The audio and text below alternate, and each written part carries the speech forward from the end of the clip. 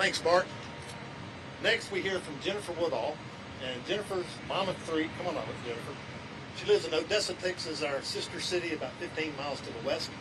But she and her family have worked in and around the oil and gas business her entire life. So let's hear from Jennifer.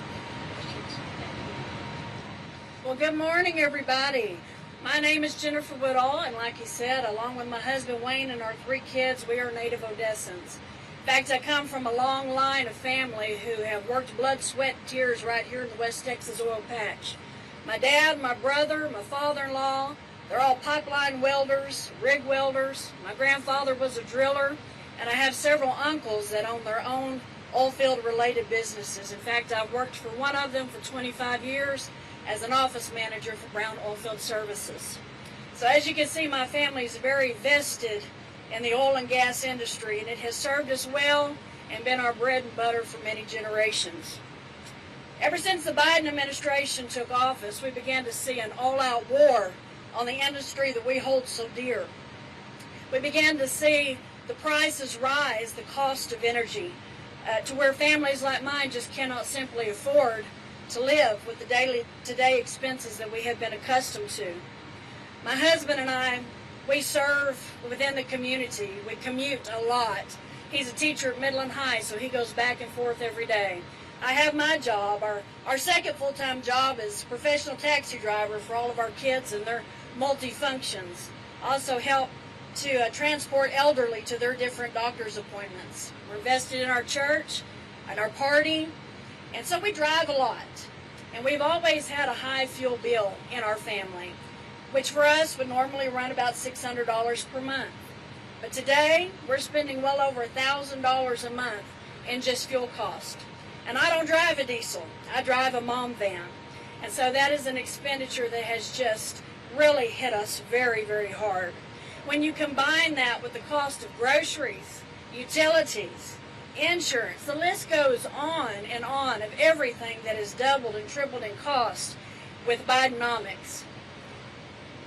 You see why families like mine that have a median income and that work from paycheck to paycheck simply cannot make ends meet. What the Biden administration has done is created a beautiful cocktail for people like us to go broke. And many of us are facing that very reality today. During the COVID debacle, the company that I worked for was struggling to stay afloat, and so they had to cancel our health care insurance. Well, to put me on my husband's insurance was going to cost an additional $800 per month for just me.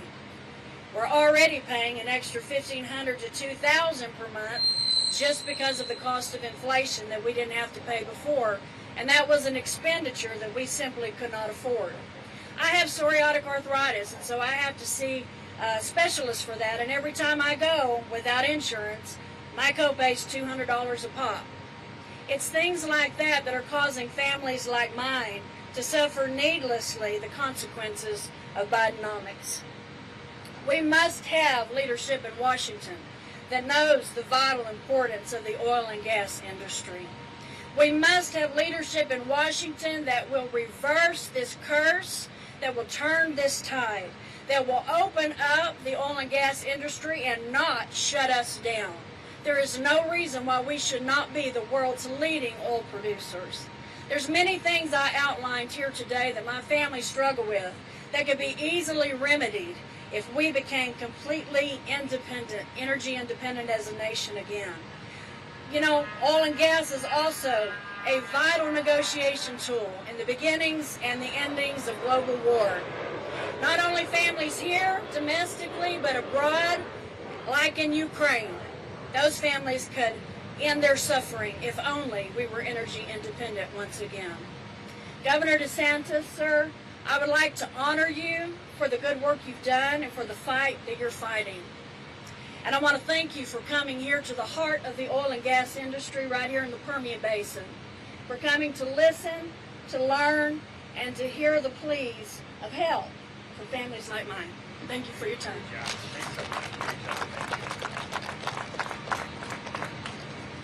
Thank you, Jennifer. Unfortunately, Biden and his administration and the politicians that support his policies have waged war on our American energy production. It's great that Governor DeSantis has come to visit the tall city to actually visit with the people that work inside this industry. Maybe if more politicians took the time to do that, they would understand what we're doing and what we're trying to accomplish better. And we could get Americans out of this predicament. It's my hope that continuing to educate the leaders, we can turn this industry around and get America back on the path to energy independence. So with that being said, I want to introduce you to Florida Governor Ron DeSantis. Thank you. Well, thank you. Thank you all for coming out today. It's great to be back in West Texas. For those of you who are watching from home, yeah, this is Friday Night Lights territory. So I know we've got football season going on now, so it's always great to be back here. I'm running for president because our nation is in decline. I don't think that this decline is inevitable. I think it's a choice that we as Americans get to make about the right way forward. We have it in our power to reverse the country's decline and engineer an incredible comeback for the American people. And one of the ways we need to do that is by achieving American energy dominance. We know that Joe Biden has waged war on domestic energy production. He's made it a central goal of his administration to restrict investment, production, and transportation of reliable energy sources. Those policies have exacerbated the inflation that so many families have been laboring under for these last few years.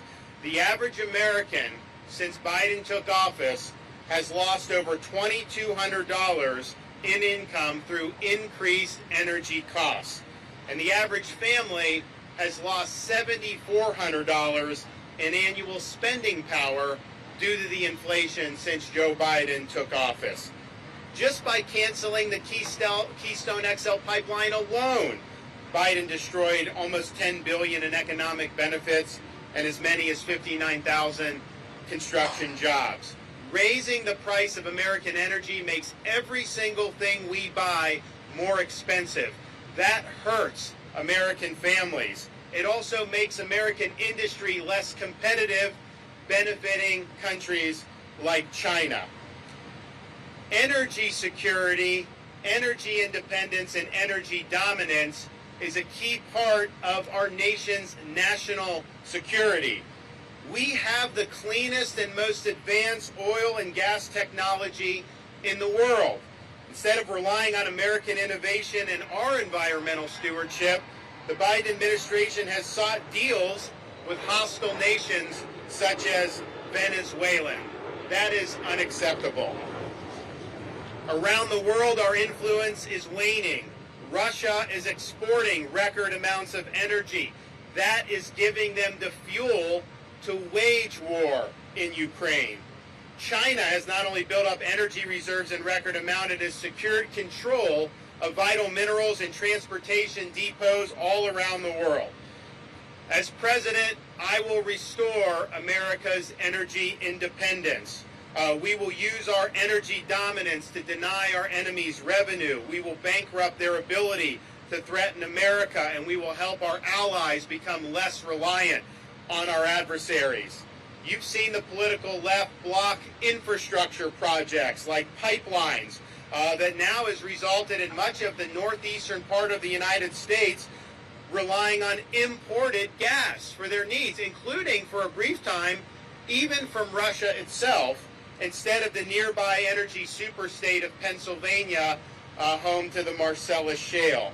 Instead of liberating the American oil industry to increase production, the Biden administration has throttled the industry and drained our strategic petroleum reserve to the lowest level it's been in 40 years. And they even sent some of it to China, of all countries.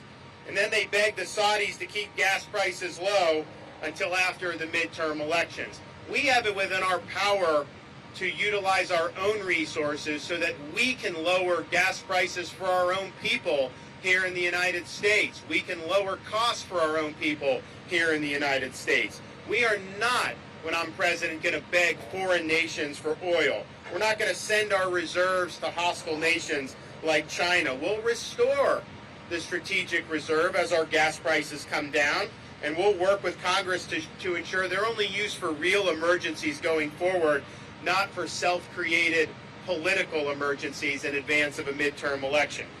Now, what has Biden done? The centerpiece of their agenda is called the Inflation Reduction Act. But even President Biden himself admitted that that name was absurd. It has not reduced inflation in any way, shape, or form. It provided massive subsidies for so-called green energy products.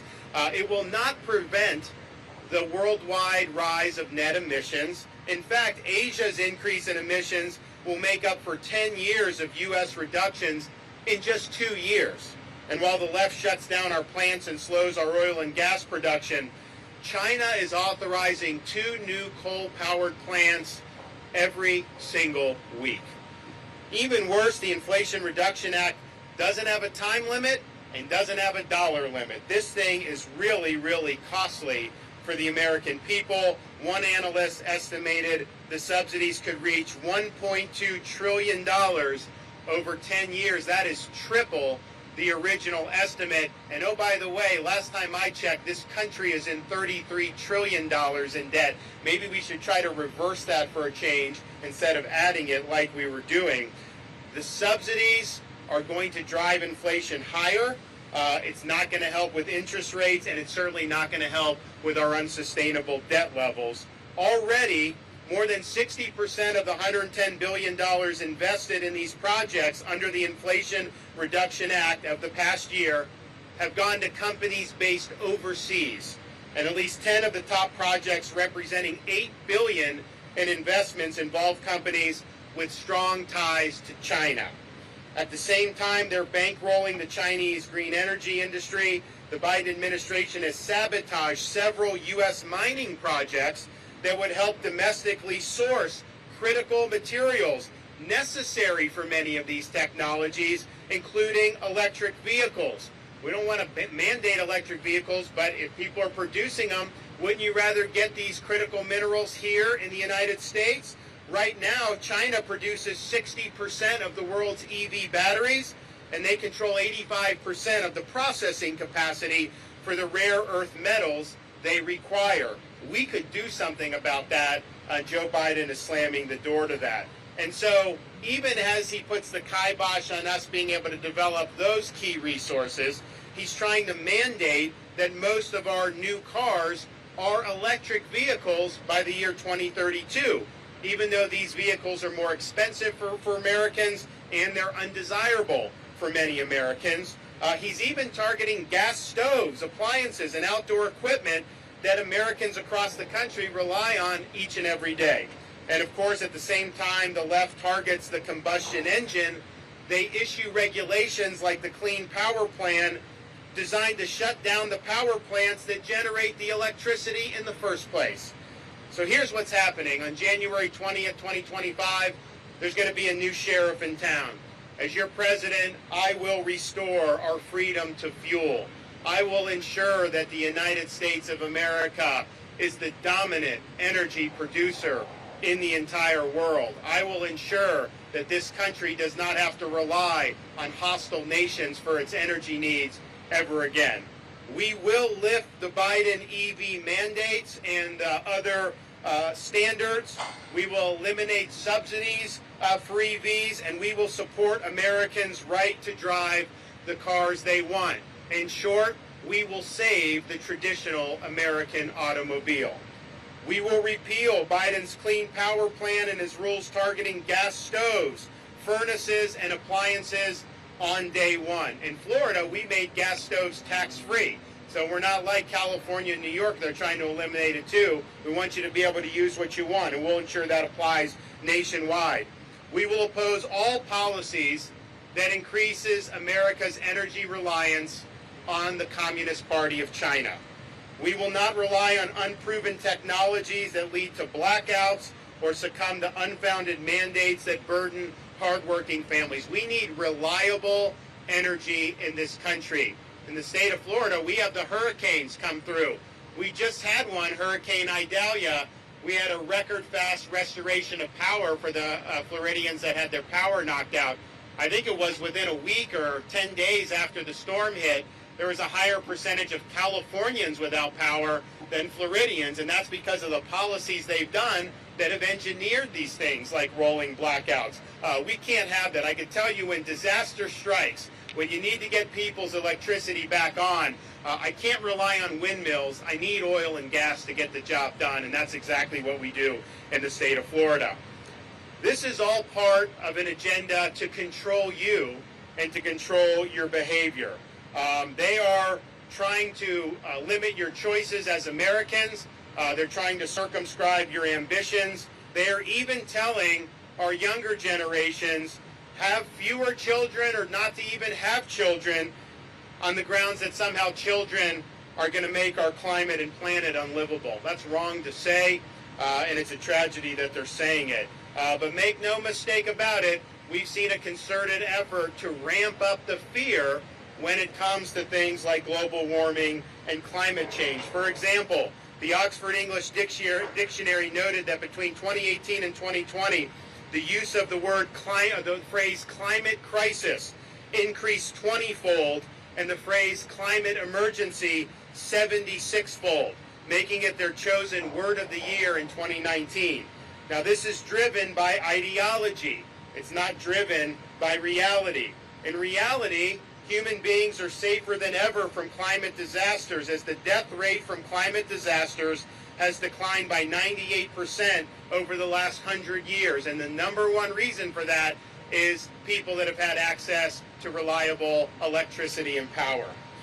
Now, we've seen what happens when policy making is simply subcontracted out to so-called experts during the COVID-19 pandemic. Those experts would have had us locked down indefinitely. They were happy to see kids locked out of school for a year. They didn't care about you keeping your job or you being able to live a productive life. They wanted you to do as you're told, and they wanted to control your behavior. That was wrong. I think many people are taking the same approach when it comes to issues like global warming. They don't want to hear concerns about our economic well-being. They don't want to hear concerns about America's standard of living. They don't want to hear about the need to have grid reliability, U.S. competitiveness, and food security. All of those are very, very important for our country to prosper and to thrive and for Americans to have opportunities. We will make sure that all of those things are considered in our policy making. But using fear tactics to try to say that the world's going to end unless we submit to total control to their ideological agenda, that isn't going to fly with me. That is not happening. And we have heard time and time again people try to use fear to stoke changes in policy. Back in 2016, Al Gore said that humanity only had 10 years left before the world would reach a point of no return. Well, we're still here.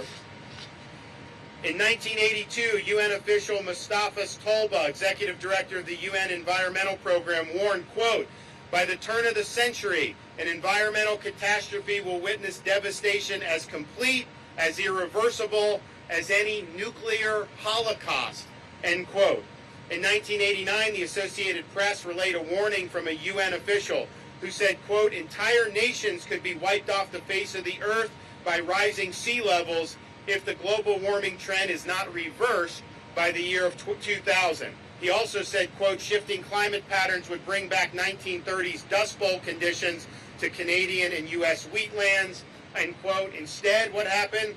U.S. and global farm production rose, and more than 1 billion people worldwide came out of extreme poverty due to economic growth.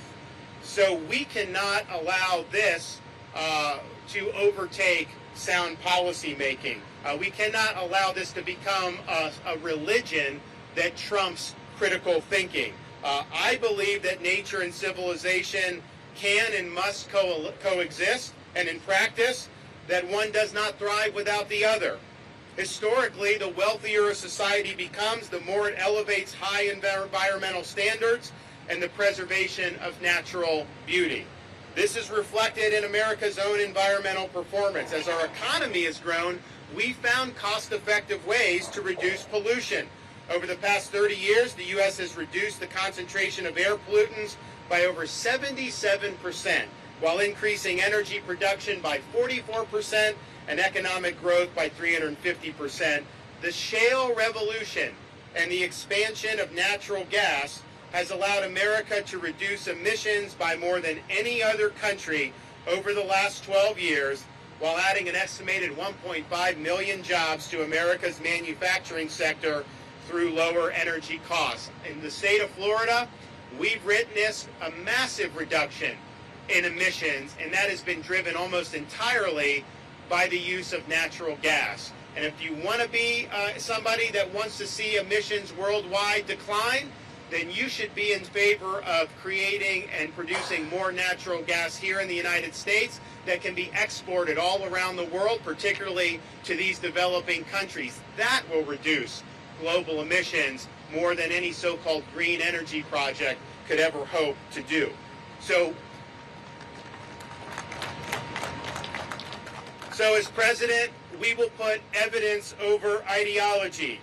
We will remove rules, regulations, programs, personnel, and funding that are driven by ideology and so-called left-wing environmental justice. They're not going to get your money as taxpayers to pursue an agenda that you very well may disagree with. We're not going to reward the groups who've been most responsible for gumming up the works and preventing progress on infrastructure, and we see so much of our infrastructure has decayed as a result of that.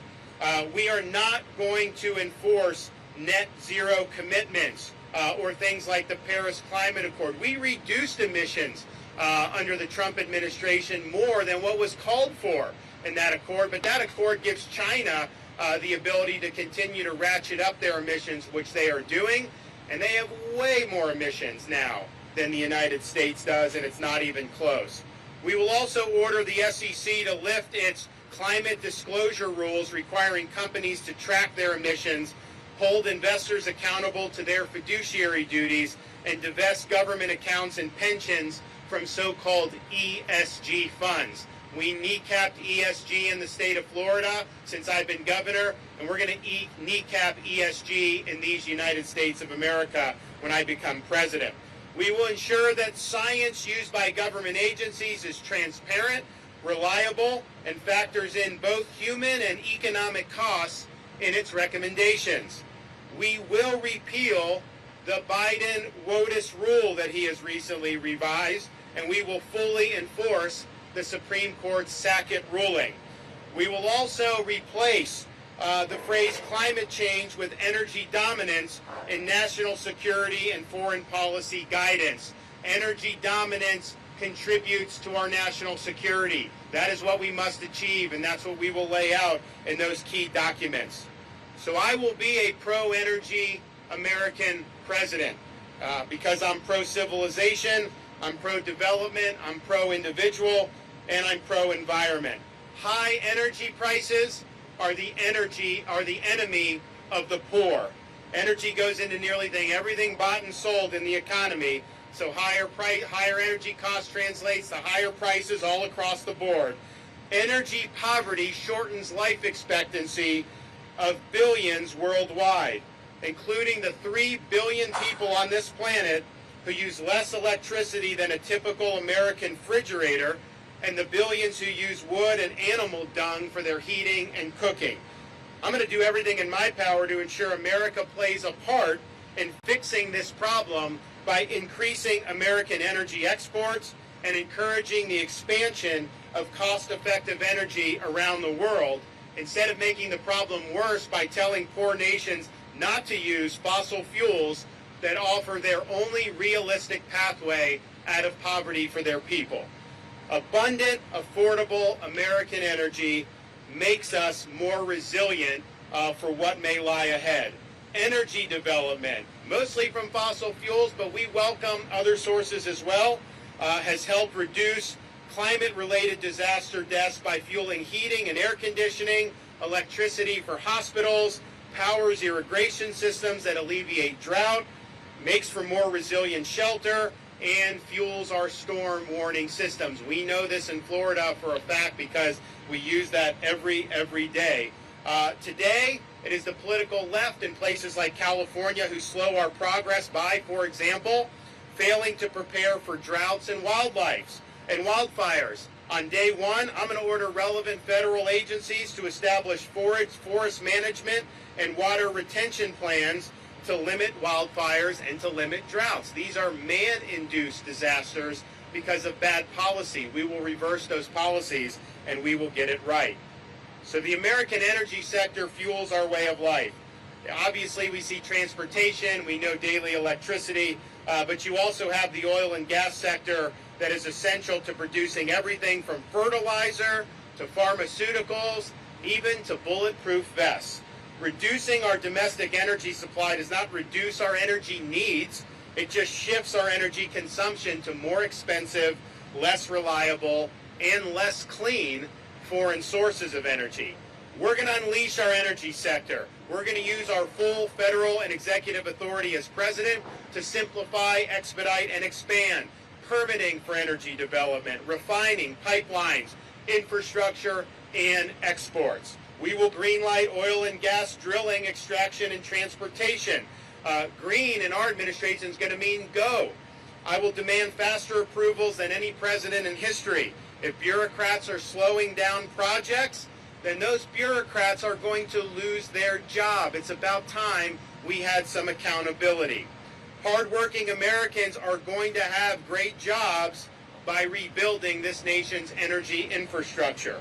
We'll also work with Congress to prevent abusive litigation by groups that slow down energy and infrastructure projects for years, sometimes even for decades. We're going to prevent tax dollars from flowing to these groups and require plaintiffs to post bond or pay compensation for project delays based on spurious litigation. We'll reduce time and duplication in permitting and ensure coastal states like New York no longer have veto power over energy projects in Middle America. We're also going to take the shackles off nuclear energy. It's cheap, it's clean, and these days it's safe. But because of the federal government, this industry has been sitting idle for decades. If you believe in reducing emissions, then you should want us to have expanded ability to do safe nuclear. Now, together, these policies are going to fuel a manufacturing renaissance in the United States. It will create a lot of jobs. It will reduce inflation.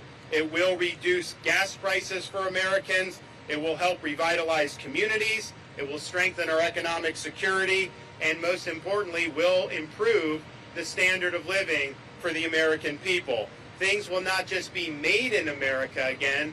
Things will be powered in America again.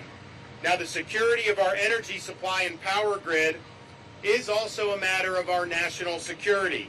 Fuel shortages and blackouts cause death, and they cause chaos. It is unacceptable to have electricity shortages or grid failures in America in the 21st century. Now, after 50 years of subsidies, solar and wind energy still provide only about 6% of U.S. energy. Since large-scale electricity storage is, at current time, cost prohibitive, they require backup from reliable sources like natural gas, coal, nuclear, and hydro. I will instruct my administration to prioritize the most reliable energy at the cheapest cost. We will work with states to defend our grid against blackouts, cyber attacks, EMP attacks, and natural disasters.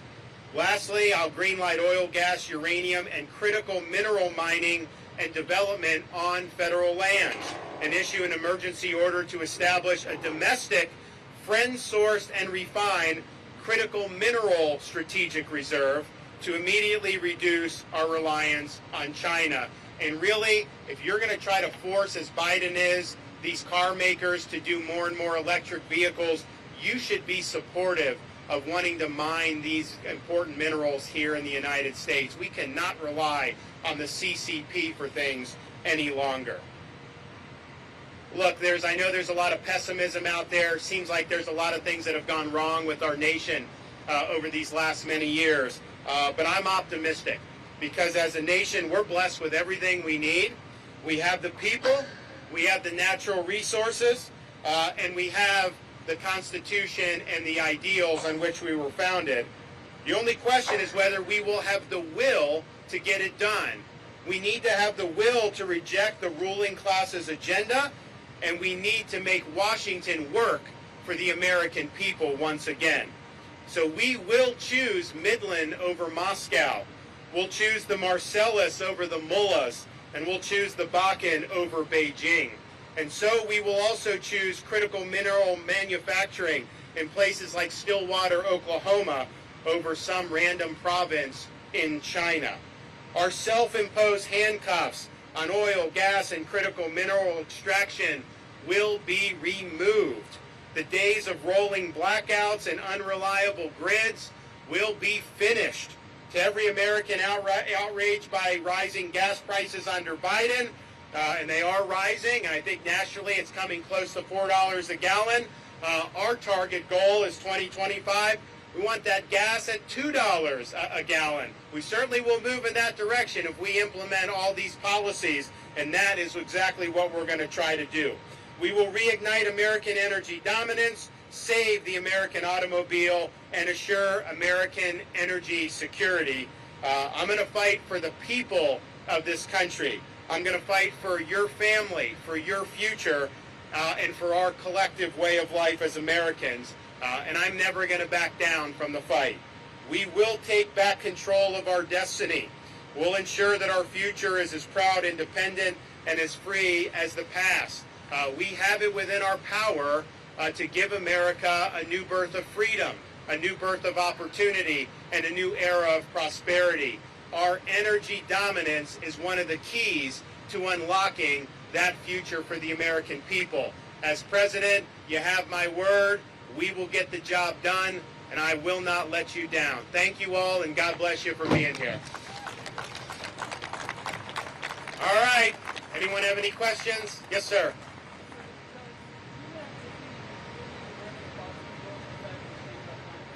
So the issue of that is the climate clearly has changed. You can judge that, I think, objectively. I think the question is what policy posture are we going to take from that? And I think the policy posture that I've outlined here is best for our economy, it's best for our national security, it's best for the pocketbooks of the American people, but it also is the most practical way to reduce global emissions.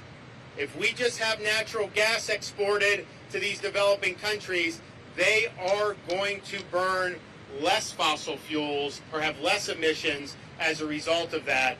So I think this is the ticket that we need to do. I can tell you in Florida, our emissions reduced not because of mandates. And yes, we do solar, market-based solar.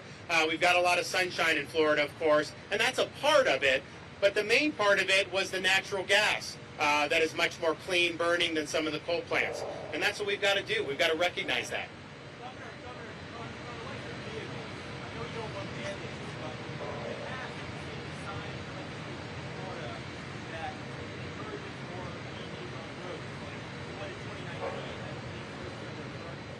Yeah, but that was, understand what that was, though. There's no conflict in that.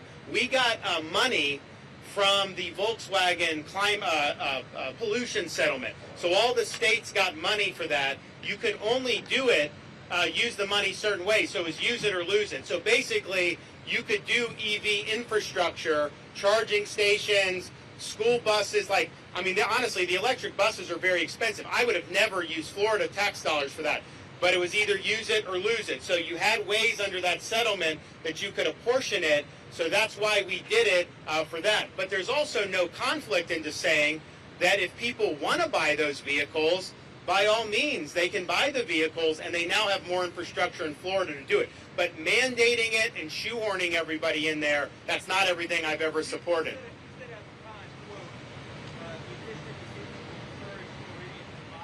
Well, that's true, though. I mean, I think the reality is you have some people that if they don't have easy ways to charge on the interstate or on the Florida Turnpike are going to be less likely to do it. So I think that was just a description of the reality.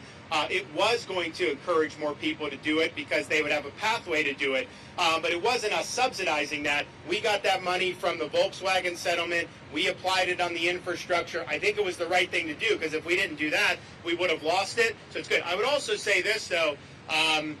People can do what they want clearly in Florida on this issue, but with the saltwater intrusion and some of these storms, when it does get into those EVs, it has caused some problems with fires and whatnot, and that's something that you don't necessarily have with the internal combustion engine.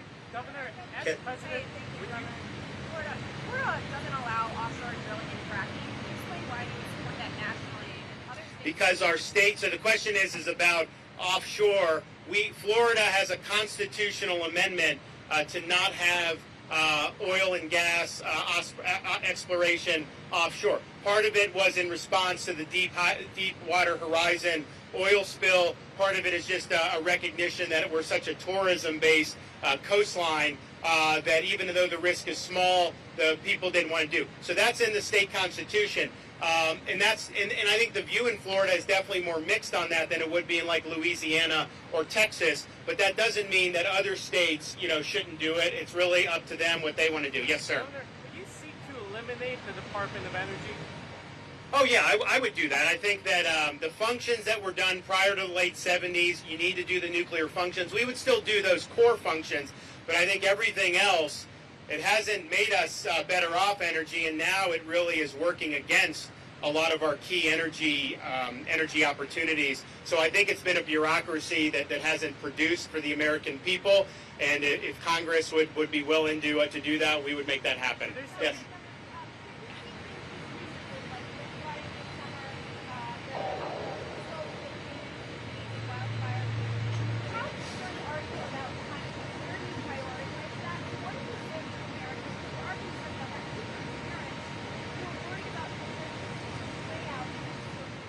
Well, in a major instance like that, I mean, obviously those are things we have to deal with, and those are problematic. I mean, we deal with hurricanes in Florida, we deal with fires too in Florida. But what I would say is, when Joe Biden says that he's more worried, like in 10 years, with the climate than a nuclear war, I mean, I'm sorry, that's just not true. We don't want nuclear war. Trust me, that is not going to be a good thing. That devastation would be incalculable. And so I think that it would be better if people, who were concerned were a little more realistic and based in I cited some of these predictions that have happened where they said by the year 2000, all this stuff. And so we don't want to get in a situation where we're trying to ratchet up fear on people like what happened in COVID and like with this. What we will do, I think what I pointed out here is, the more abundant and affordable our energy is, the more resilient we're going to be in the face of these natural disasters. I can tell you in Florida, if we didn't have reliable energy, responding to the hurricanes would be so much more difficult. You would absolutely have way more loss of life in these things. And so from that perspective, it's really done. But I don't think it's healthy for leaders to be telling young kids not to have children because of global warming. I think that that's a mistake. I think that that's trying to stoke fear and panic. And it is, there are people that are really concerned, and that is a real fear that's actually been out there. But I don't think that that's been appropriate to try to stoke that. You have to adapt. You have to deal with what comes, but don't politicize it. There are things that have happened throughout all of our history. These hurricanes in Florida, you can go back. I mean, we've had massive hurricanes 90, 100 years ago, the likes of which people would be really surprised about. And so that's just what the facts say on that.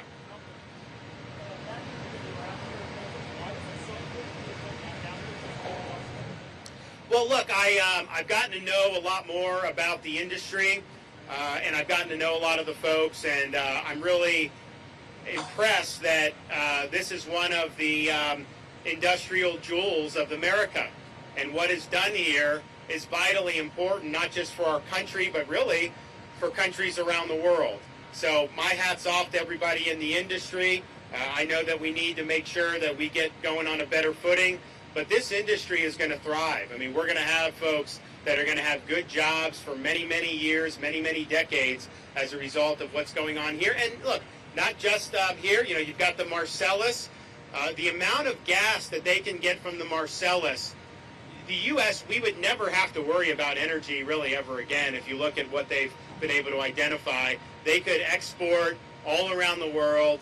We could really choke Russia. We could choke these other countries. and we could be not only energy dominant, but increase our national security vis-a-vis some of the hostile nations out there. That's within our power. Yes, sir.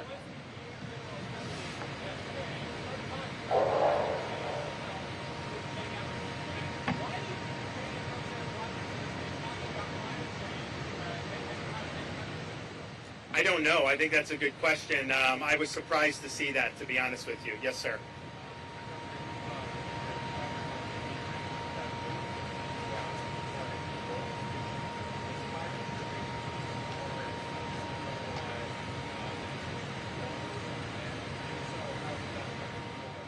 Oh, so yeah, I mean, the Biden administration, what they've tried to do with WOTUS, I mean, before Sackett, they're basically saying if there's a puddle on your property, that's ripe for federal jurisdiction. I mean, give me a break. That is totally, totally unacceptable. That's way outside what the statute actually says. It's certainly outside the intent of the statute, and it's outside the constitutional authority of the federal government to be doing that. They're going to try to do more and try to comply with Sackett, but push the envelope. We're pushing it back for sure. And yeah, I mean, it affects, I think, Florida like anyone. Like, it affects our farmers who, you know, when they have a puddle, then all of a sudden you could have someone from the EPA show up to their farm. The people that own the land, they're the ones that are the best conservationists. It's their land. They want the land to do well. They don't want the land to be bad. Yes, sir.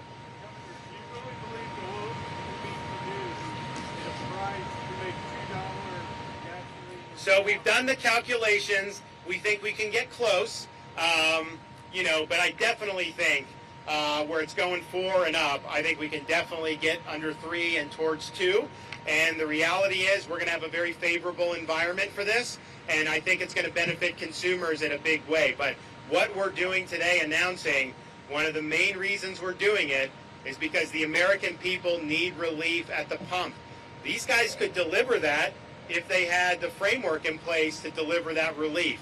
So there is help on the way, not just at the pump, but how energy affects all the things that we buy and affects inflation more broadly. And, you know, oil's over $90 a barrel, as was mentioned. There's a lot of people now saying maybe it'll end up being $100, $110 by the end of the year. I mean, gas prices, you know, that's going to cause gas prices to go up. There's no question about that. We're going to go in a different direction here, and it's going to make a difference for people, and that's what we want. We want families to be able to succeed in this country again. It used to be rare when you find somebody that would come up to you who was gainfully employed, working hard, raising a family, and they were saying something about not affording groceries. Now that's a common thing that you hear, that families are having to make choices between gas, groceries. They can't afford a new home. They can't afford a new car, even though they're working hard and doing everything right. If we can't succeed as a country for those families, then we're just not going to be worth very much going forward. So that's going to be my focus. We want relief for families, and we're going to do everything we can to deliver it. Thanks, everybody. God bless. All right.